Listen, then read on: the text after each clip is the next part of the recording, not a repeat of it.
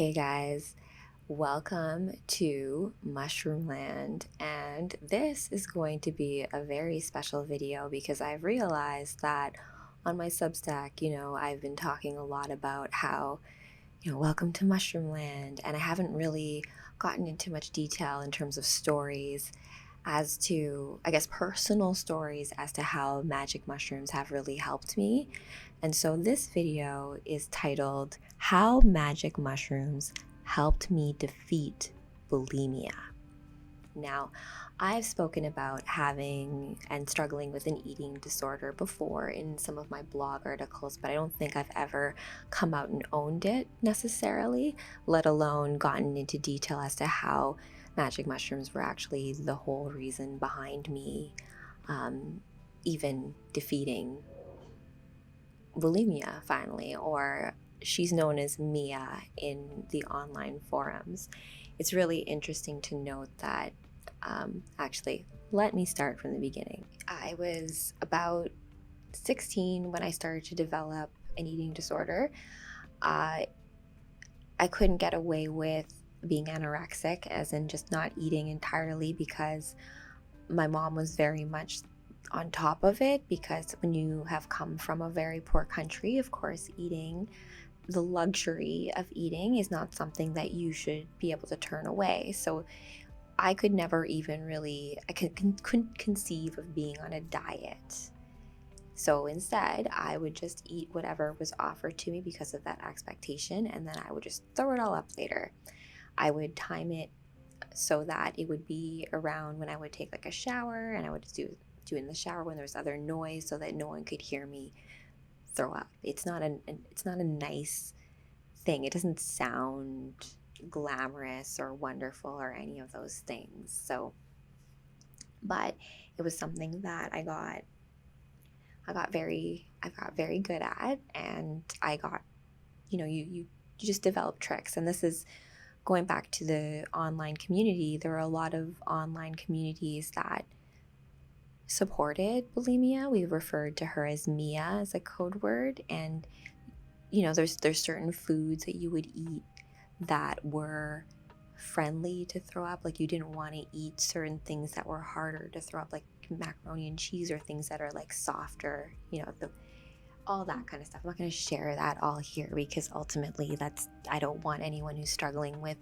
bulimia to get any ideas like that. Going back to suffering with this eating disorder, I didn't always give into that cycle of binging and purging. And if anyone's ever dealt with bulimia, it's one of those things that it can come when there's stress, and I do think that it has to do with a measure of control.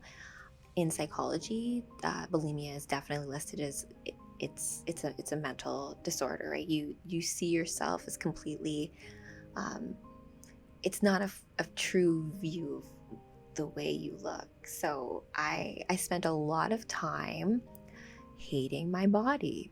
I spent a lot of time pushing her hard, and even being a coach, being a fitness persona, doing all of that. Throughout all of that, I was still bulimic, definitely. It was on and off. I would go through periods of time where I would get a hold of it, let's say, and I wouldn't have to. And you know what, this is something to say also about the system that we have for therapy as it stands. When I tried to get help, it's not, unless you're like dying or you're like super skinny and you like need to have food immediately, there's really like no help for you. So for me, it was a lot of feeling like it was just kind of like my little secret to myself, and I couldn't even really admit it to myself that I had it. Even when I wrote about it in past blog articles, and I will link to when I wrote about this on my Welcome to Mushroomland blog, but it was almost in this like third person kind of viewpoint.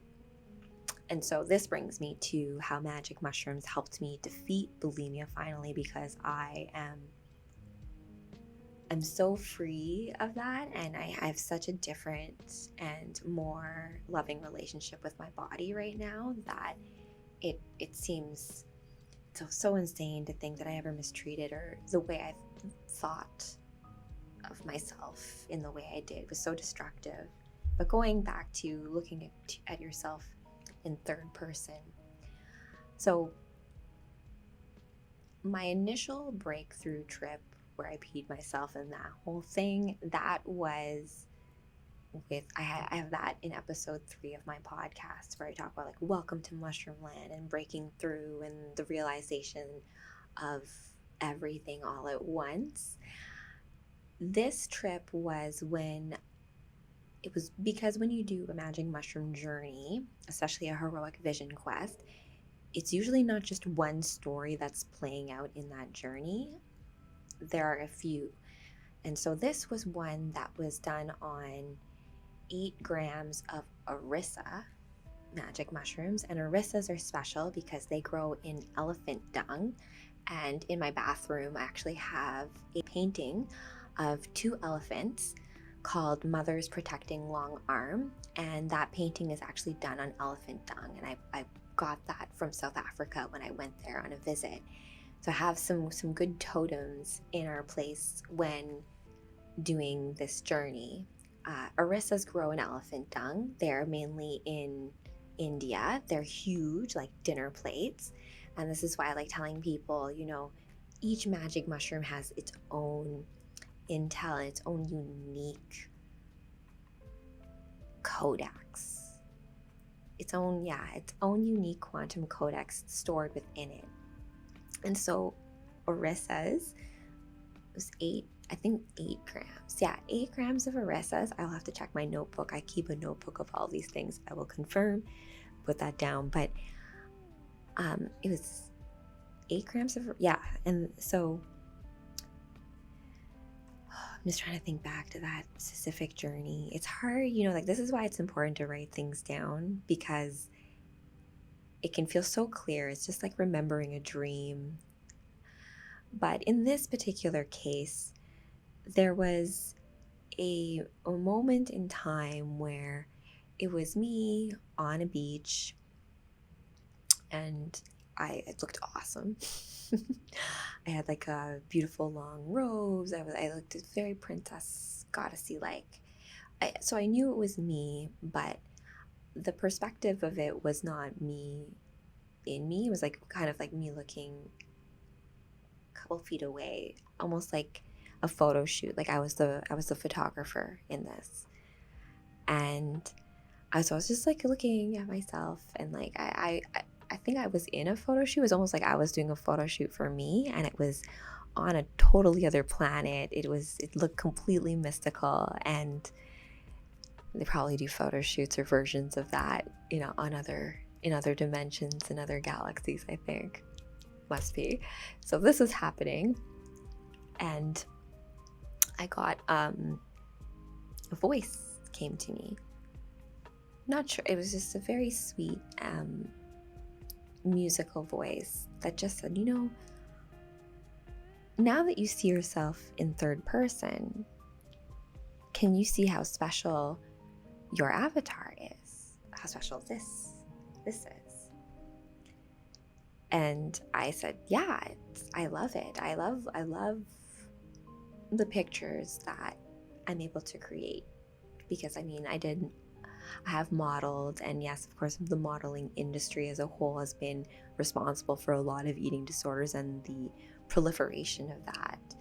But that doesn't dissuade the fact that beauty is beauty, and to try to capture a moment in a picture and being part of that, there is an alchemy and something really special about it.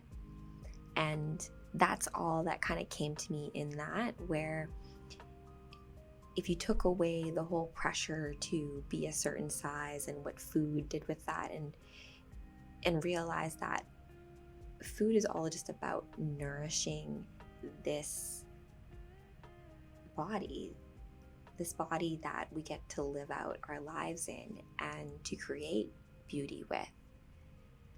And so in that moment, I went from the perspective of being, taking the photos and looking at my beautiful avatar to being in her and realizing that, like, that's connected, that, like, the beauty I see in myself is very much related to the internal way that I treat myself and how I see myself. It just reflects, as within, so without, so to speak. And at that moment, the journey changed quite a bit. But that was one part of it.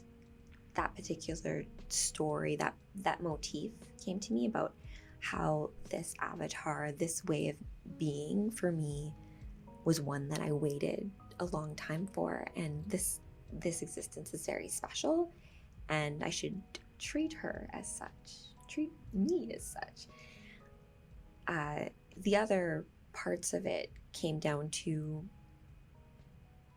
when you gut health and the fact that your stomach and your guts and the food that we eat, they all, because when you consume mushrooms as well, there's very much like a gut response. And for us to do a better job of interpreting what those signals are. And so I had another experience elsewhere when on the supplement where, like, I reacted really badly to alcohol. So there's all of that to say that there's very much a tuning that takes place where you learn to wield the tech that is your body. And so after those experiences, it was just like I never slipped back into a binge and purge cycle ever again. And that's been a while now. And there's been stressful situations since then, and I've never slipped back. So that is my story. I don't want to drag it on too long about how magic mushrooms helped me defeat bulimia. And I hope that this gives you some insight into, if you are struggling with any type of eating disorder or body dysmorphia or anything like that, that perhaps magic mushrooms, I'm not advocating anyone using psychedelics or things like that, unless you know yourself or all that kind of good stuff. But from my personal perspective, it was the one thing that finally helped me face myself and what I was doing to myself, and how this was something beyond myself I'd wanted to experience in this body, and for me to take better care in that, and that food is meant to be enjoyed and nourish us. It's not meant to be something that medicates, which is what I was doing previously when I was suffering from bulimia. You're not even enjoying the food anymore. You're just consuming because you're just trying to feel better. So that's all to say that I hope that this story brings you some insight into how our magic friends can help us live out this life. So no other way than, some examples. So until then, I hope you've enjoyed this story. I'm going to have other little stories just like this about little journeys and little experiences. I hope you enjoyed that.